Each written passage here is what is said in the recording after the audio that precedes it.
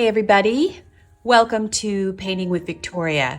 And today we're going to do things a little bit different. You know, I mostly use acrylic paint, but today we are going to use this watercolors. I recently received this beautiful set from Artistro. It comes in this gorgeous pink velour bag. And inside the set comes 48 colors. 4 of them are fluorescent, 4 are metallic. You get 10 pieces of watercolor paper, an eraser, a sponge, brush, pencil, and an exclusive water brush set. So we're going to paint a rose today. As I talk, I'm going to go ahead and take everything out of the set that you get. So here's your watercolor paper. And this is your, where you test each color, where you would go dark, middle tone, and light. So this is great to have. It's your color chart.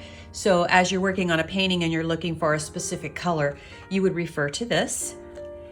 And as we peel off everything, here's the color chart that they send you with, so that you know when you lay it down what color is what. It lands perfectly on that.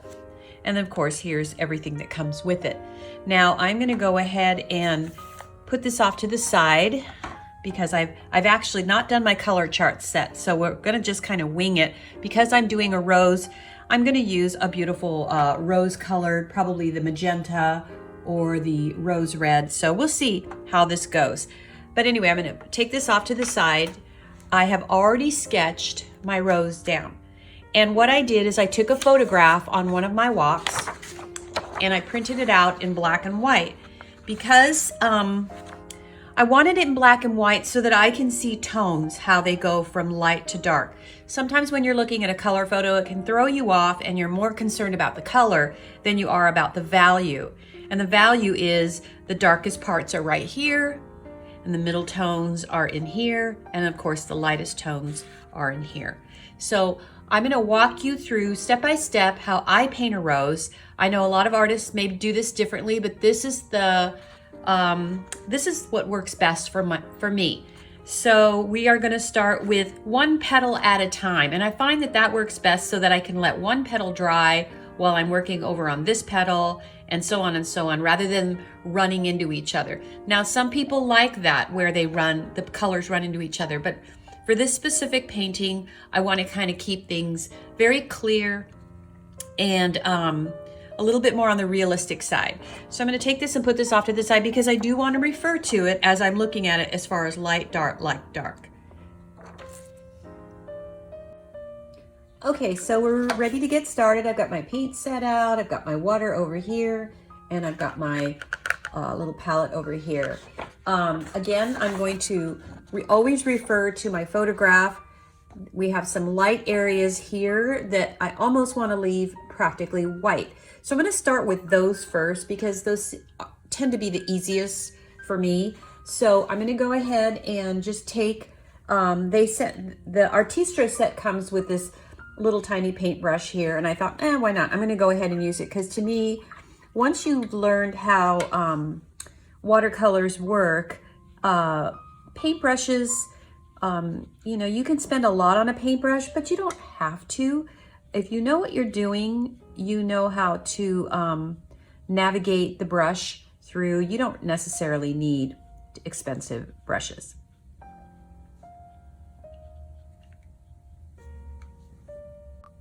So as you can see, I've already wet this one down, and I'm going to go ahead and skip this one and come over to this petal over here and wet this. And all I'm doing is using plain water for this part. It's very important that we work on petals, one petal at a time, making sure that they don't touch each other. Some people like to use the masking fluid, and I actually love it, but for this particular painting, there's nothing that's true white. If it's true white, then you definitely want to use the masking fluid. But for this particular painting, we don't have to worry about that. I don't think there's anything that's really bright white in this painting. Okay, so as you can see, I've wet these two here. And I think what I'm going to go ahead and do is work with the, let's see what color this is. There's so many beautiful colors that came with this set. It's called Rose Red. Let's just use Rose Red. Why not? So I'm going to go ahead and, let's see, 1, 2, 3, 4. Wet this one down right here. Just adding just enough water to where it's not so thick. And I'm going to just tap it right here on the edges. Now this particular size is a, I believe it's a 5x7 size. And the reason why I like this is because if I do want to make this into a card, I can. So I'm going to go ahead and rinse my brush out and then pull this away so that it will bleed a little bit more.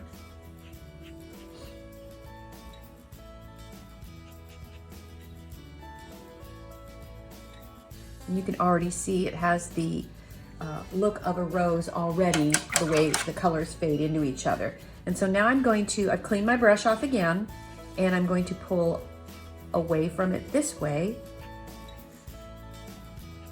Really want to make sure that this is super light in here, and I've left the dark for the edges. I might even dip my paint back into the rose red and just tapping it on the edges like this. Just tap, tap, just like that. Just to really give it that rich. Roses have so much vibrancy to them. And we're going to do the same thing to this petal over here. As you can see, I'm kind of pulling away. And I'm just going to let that bleed and do what it wants to do without messing with it too much.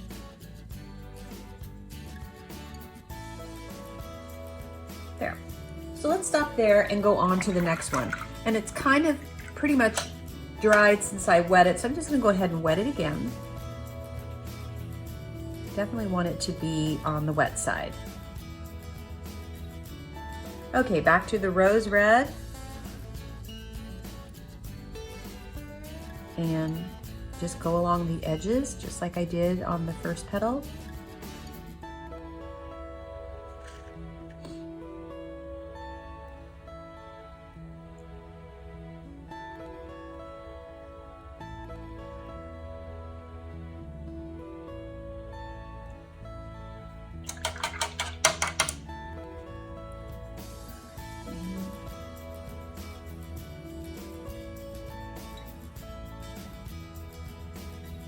So you can see I'm just coming right down to the edge and then let it do its thing, let it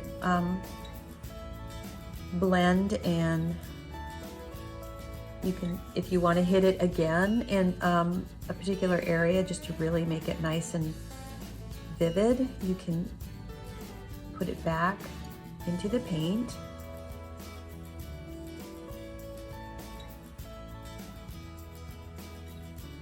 Okay. So that's a good place to stop. There is one that is like that over here, but I really don't want it to touch with these two, so I'm going to let these dry a little bit before I move on. So let's go ahead and move over to, I think I'll work on this petal in here because it is mostly the red tone. So for this one, I'm going to actually dip it into the rose red, come on over here to my palette, add some water to it. So I'm not using just plain water on this one. All right, let's see. I'm gonna go ahead and just fill it in. And I'm keeping this pretty simple. Normally I would probably play with a lot of colors as I'm doing this, but for this one, I'm trying to keep it as simple as possible for you to have fun with. Sometimes if an instructor teaches you too much, it kind of discourages you from even trying. And I really like my students to to plunge, but to actually feel confident when they are plunging into it. So I'm gonna go ahead and with this, just like I did with the other one, darken the edges.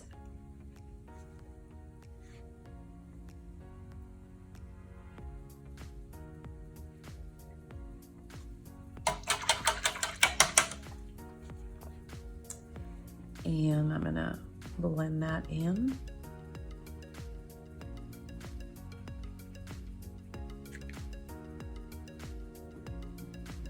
There we go.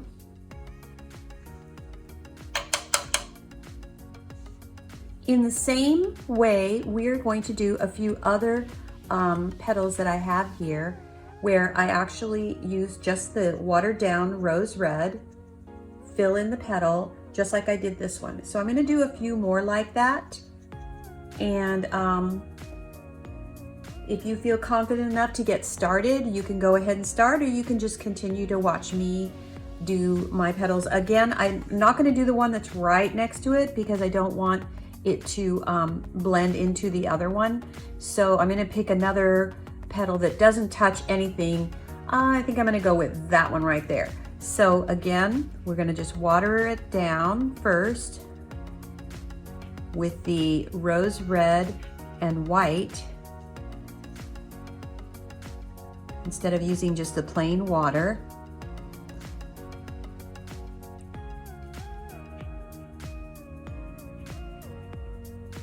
Nice, okay. And now again, I'm gonna dip it into the rose red paint and go along the edges and let that bleed into the watered down part.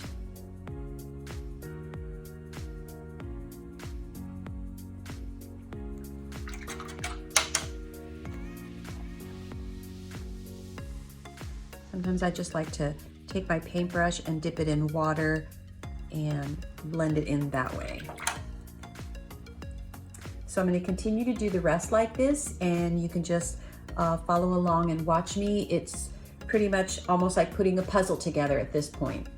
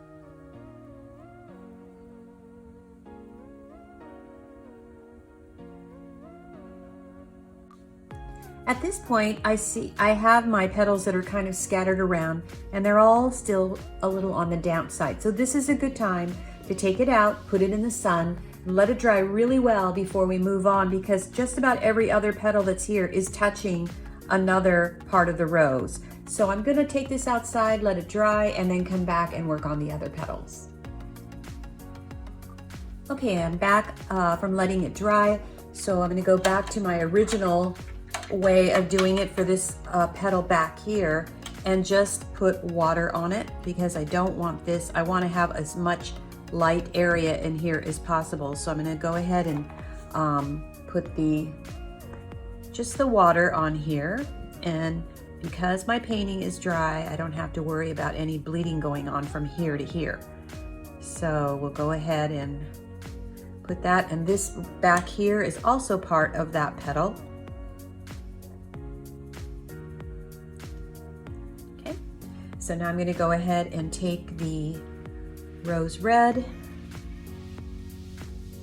and come along the edge.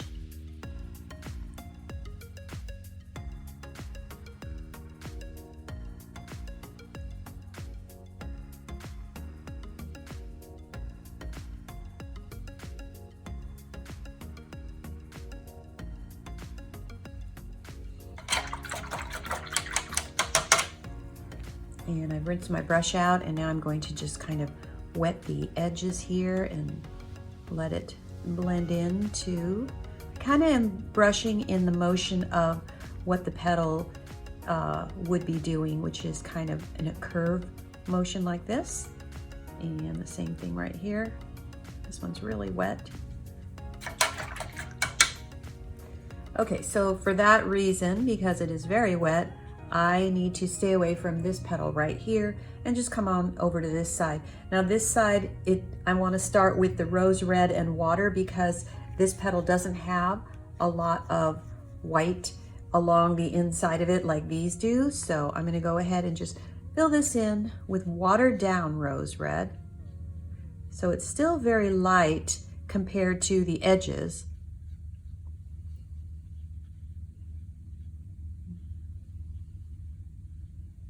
Go. And again, I can touch this one and this one because they're dry. So you can see how the puzzle's starting to come together. And now I'm using this straight paint for the edges here, get them nice, rich rose red color.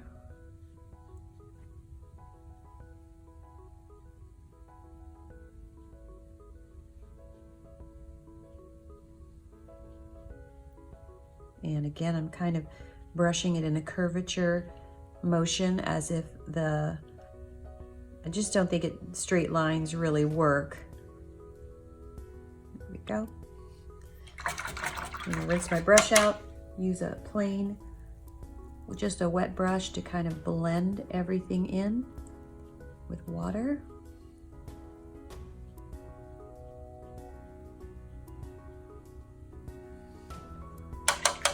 Very pretty already. Nice. Okay, a lot of people are afraid of painting roses. It's really not that difficult if you know the techniques that you can use to create that kind of that 3D look. Okay, so I'm going to go ahead and do this one. Whoops. And again, I'm going to go ahead and start with rose red and water. Now this one is interesting kind of shape of a petal, because it's one of those ones where you actually see the back side as well. But you'll see what I mean in a second when I go to do that. So let's go ahead and take our rose red paint. That's a stronger version. Hit it on the edges here. There we go. And just let that bleed and do its thing. Might even kind of brush that away a little bit. There we go. And I think I'll go ahead and work on this one here. So you can see how I'm kind of traveling around trying to find a petal that isn't touched yet by a wet one. So let's go ahead and fill this in. And like I said, I did sketch this ahead of time just to save time. So if you do not feel comfortable sketching, that's okay. Sometimes you can use graphite paper and just trace your print. If drawing is not key, I'm teaching you how to paint right now, and so I'm not concerned about teaching you how to draw at this point. Okay, so I'm gonna go ahead, wet my brush again, come along with just a plain watered one, and kind of dab this so that it will bleed a little bit softer. Okay. So now, since I'm kind of getting to a point where I don't want to keep, touching petals, like I can't do this one now. And are these wet? Yeah, it is wet. I just touched it and it's wet. Okay, let me fix that. It's hard to remember. Okay, so I can't do this petal here, but I can do the inside. So I'm going to go ahead and do that. And it's basically the center of my rose is pretty dark. So I'm going to go ahead and just do this part in here.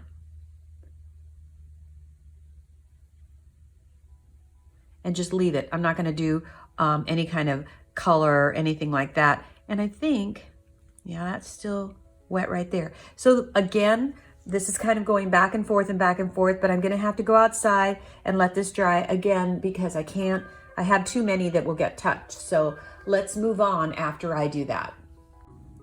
Well, it's a good thing it's a nice sunny day today because everything dries within 5 minutes. So let's move on.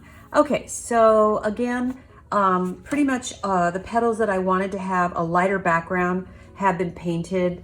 So I'm going to go ahead and continue with the technique where I use the watered down rose red.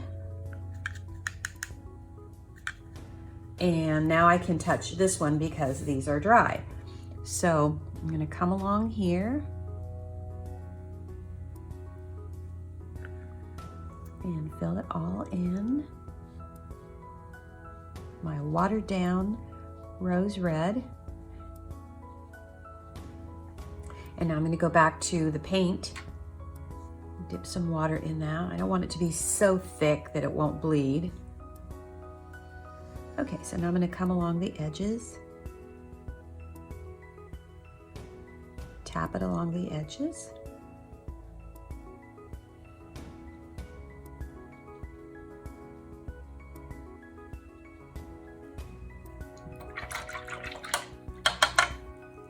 And take my clean brush and brush it away until it gets to the edge here.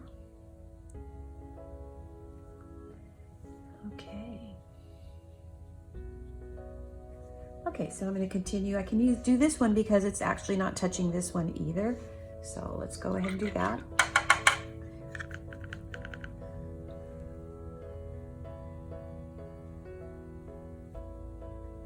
My rose is starting to fill up now. I'm starting to get a more finished look. Okay, back into the paint over here, dabbing it on the edges. Now, one of the reasons why I use, you can use a picture from a magazine or whatever, botanical print, but I like using my own photographs because it truly is more of an original when you do that. So I suggest that you learn to, take pictures on your walks of things that you think would make a beautiful painting. And yeah, I think it just makes more of an original look. There isn't anything or anybody that will have that particular painting because it's an original, because you took the photograph. Okay, and I think I'll work on this one way in the back here.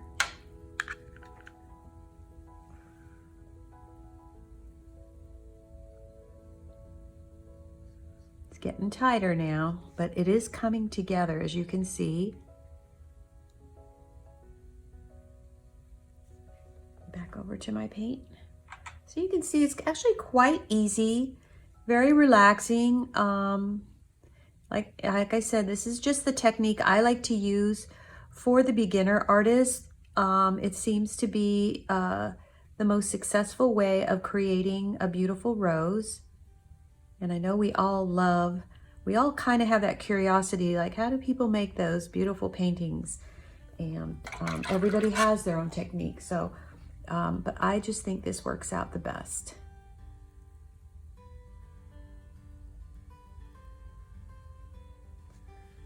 Okay. And I believe I can go ahead and do this one. It will touch this, but I'm not really concerned about that because that's going to be dark on the edge. So I'm going to go ahead and fill that in.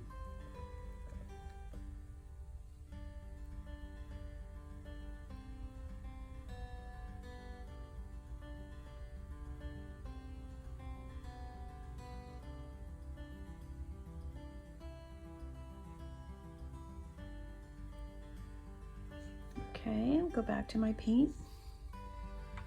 Just make sure this is watered down. You don't want it to be thick.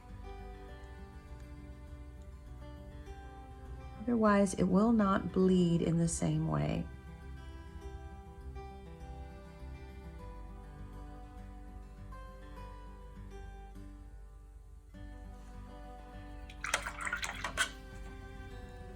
And as you all know, every rose is different, every petal is different. So don't be so concerned. I'm actually, because I'm copying a photograph that I took, it's Mother Nature. So just have fun with it, you know, no stress. I'm going to continue to do it with filling it in with the rose red water and then the rest of it. So enjoy and keep working on yours.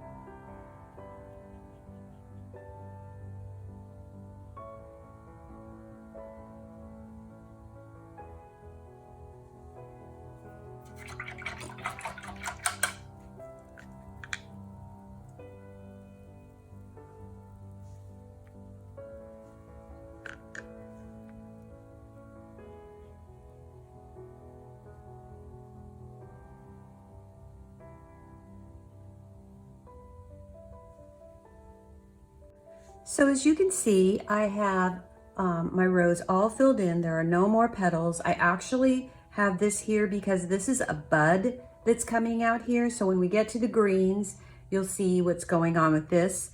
I have a couple of leaves that are right here sketched out.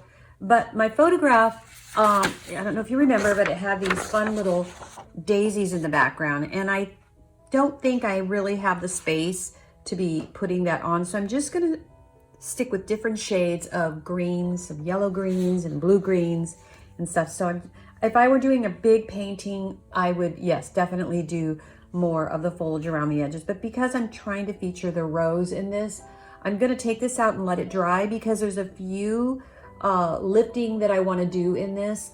So I'm gonna take this outside, and that way my green won't mix in with the reds, and I can work on a few more deeper, darker shadows that I wanna work on this. So I'm gonna take this outside, let it dry, and then we'll come back and work on the greenery and the details in the rose.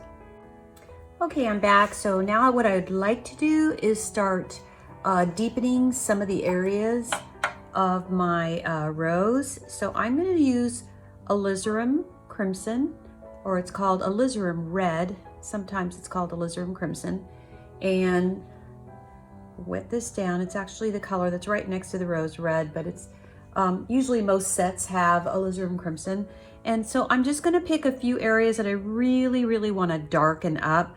So this right here needs to be darkened up.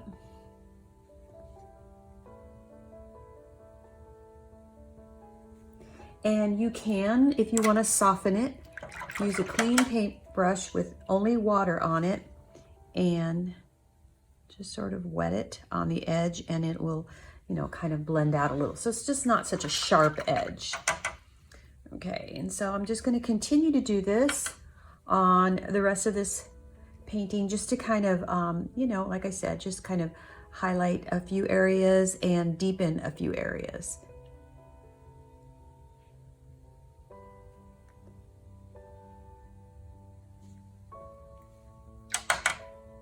To me, this really makes the rose lift and gives it a little bit more definition, and gives it a little bit more detail. Let's see.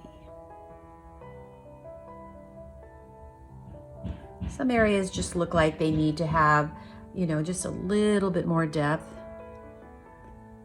My neighbors are next door pounding away on something, so excuse the noise. Sorry about that. They weren't when I first started this video.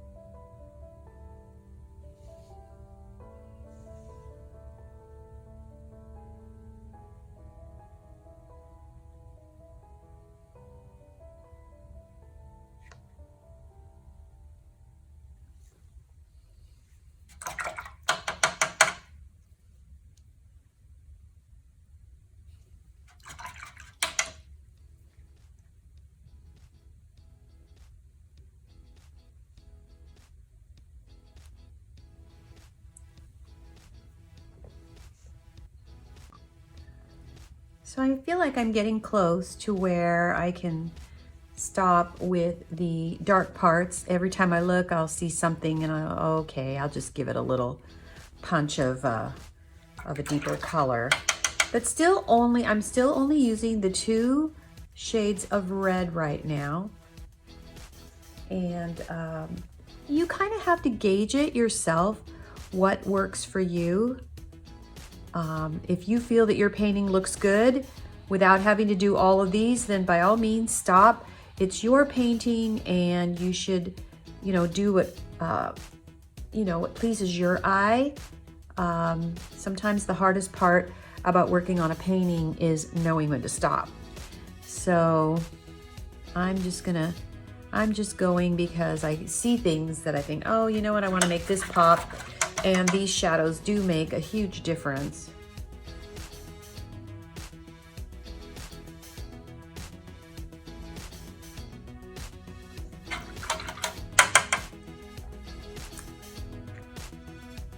Let's see.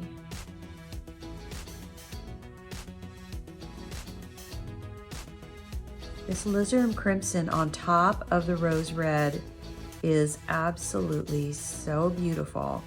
And I think that's why I'm having fun applying it to the painting. Really is fun working with these watercolors. I've never used the Artistro watercolor set yet, and I'm really very happy with the results. I am going to start a card series where I teach how to make these little 4x6 cards. And let me tell you, they make the sweetest, thoughtful gifts to give to people. When they find out that you painted it, they always say that they ended up putting it in a frame and they kept it up somewhere. So I know that you wouldn't do that if somebody gave you a regular card. So that's why I feel like these cards are so special to learn how to do. And I'm just so excited to get started with that series. So, and that will be coming very, very soon. Okay, so I could keep playing with this and I may just do that after I get done with the painting, but I think for now, we'll just go ahead and stop here and we'll move on to the greenery. Okay, to start off with the greenery, I think I'm just gonna pick a nice olive green color in the set right here. It comes with one that actually says olive green. So the first thing I'm going to do is water that down. Switch over to here and make a watered down version of that. It's a very nice leafy green color. And I'm going to go ahead and fill this in. These are the leaves that are in the front. So we're just starting off right now with just kind of getting some color down. There's just a few in the front.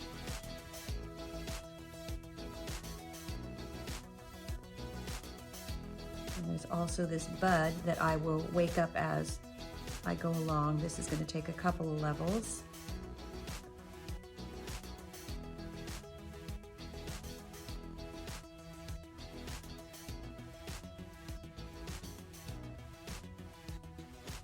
And we'll just keep filling that in.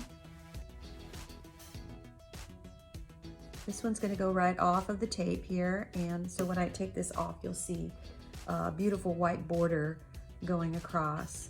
Okay, so we've got this as a start. So I want to kind of just add to this another shade of green. So I'm just going to come over to this, let's see, I wanted something a little bit more deeper. So I believe this one is called Deep Hooker Green, and it's right over here on the end here. It has a little bit more blue in it. And I'm going to mix that. Sorry about the pounding. I can't stop progress, right? They're building a deck next door. Okay, so I'm gonna go ahead and just come along the edges.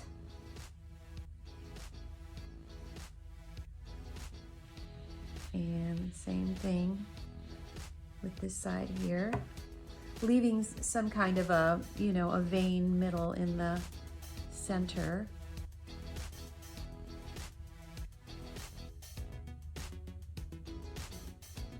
And do the same with the others. I'm not as particular about my leaves as I am the rose. I really want the rose to stand out.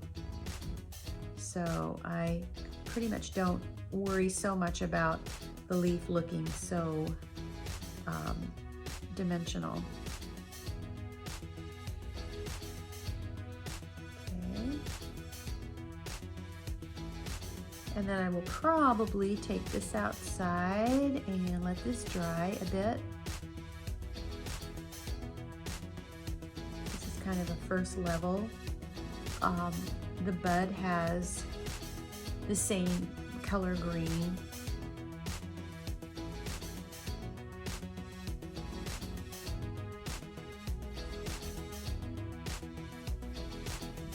We'll go ahead and let that dry a bit before we get into doing some of the details.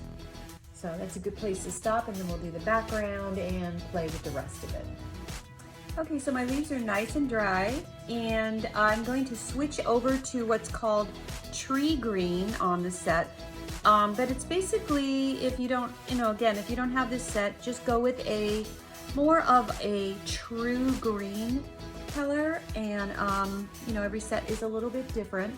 So now what I'm going to try to do is just sort of just fill it in with more of a true green color, coming into the vein of it,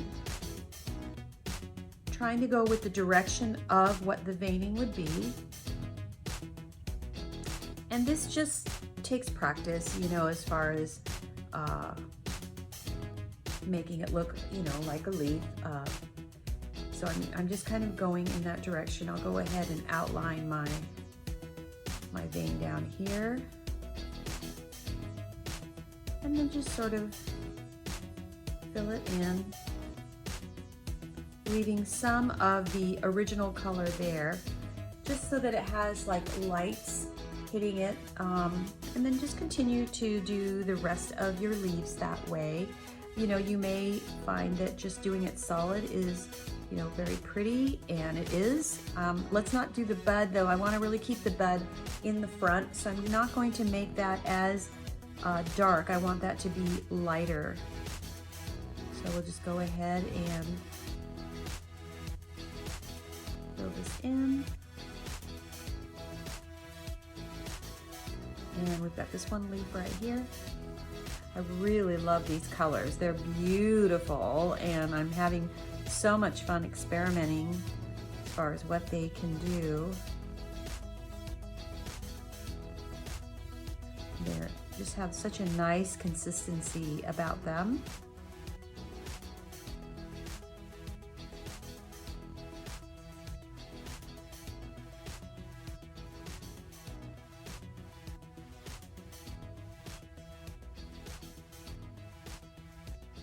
Again, I'm going around my bud,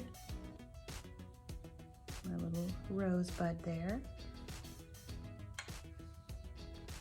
And we've got this one here. I'm going to darken it, really darken it behind the bud. There we go. And come back in.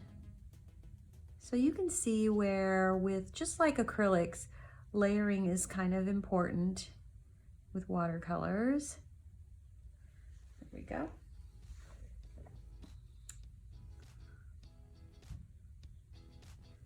All right. With my rosebud in the front, kind of want to give it a shadow right underneath here where the petal in the front is. Like that. And then what I'm going to do is just sort of run my strokes this way.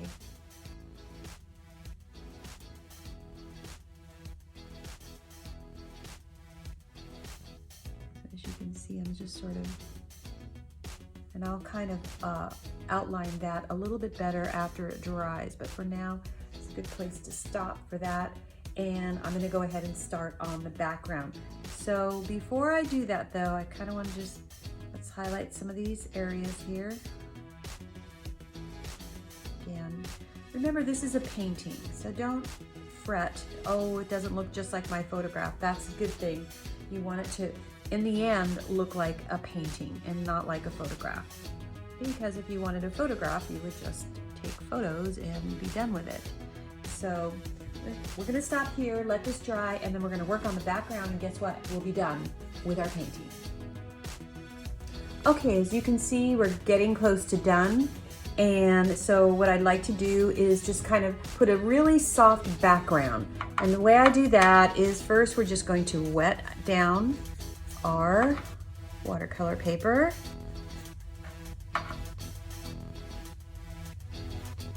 I'm going to paint as close as I can without touching the red, because sometimes it will bleed onto it and I don't want that to happen. So I've switched over to a larger brush and come around here. If it bleeds a little bit, that's okay, because it is a watercolor and watercolors tend to have that look. Okay, so I'm all done wetting the entire piece except for the painting itself.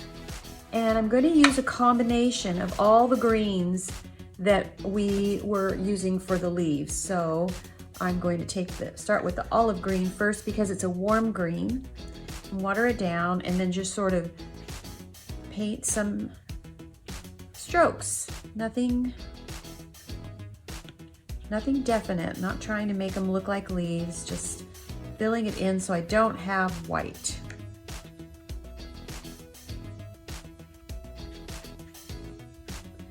I love this olive green. It's very natural looking.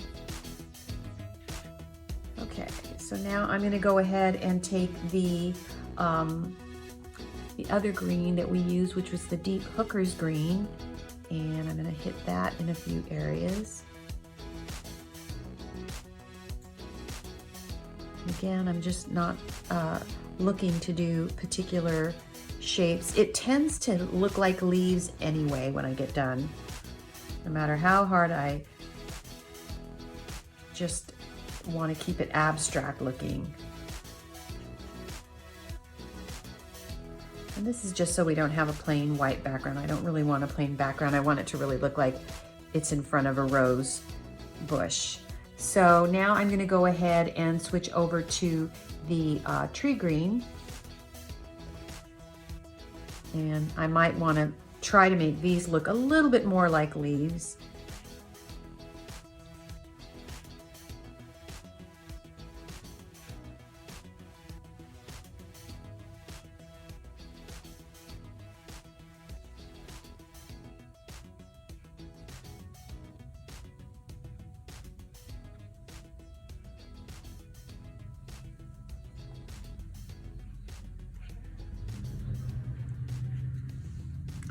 Okay, I think we're getting to that point where it's good to stop sometimes.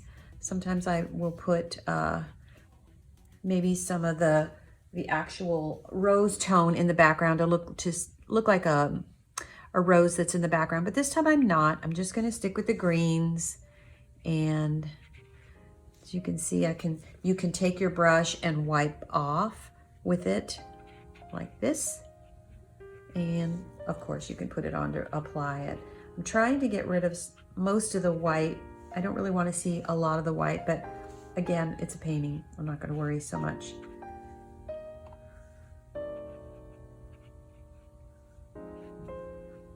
Just play with it. It's not supposed to be, like I said, anything perfect.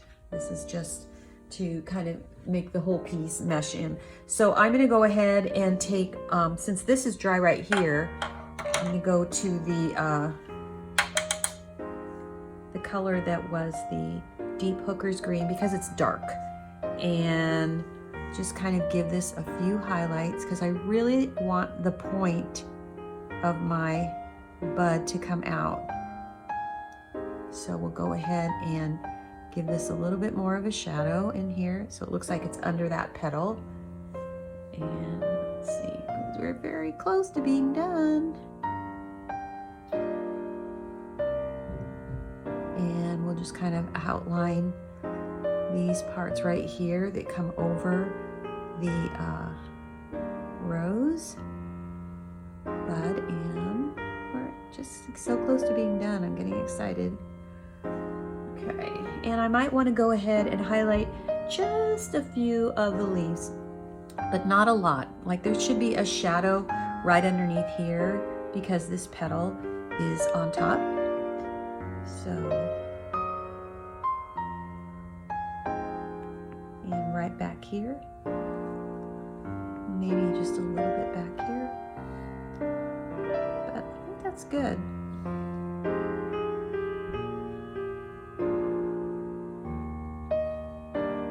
Like I said, I want to kind of keep the rose the star of the painting.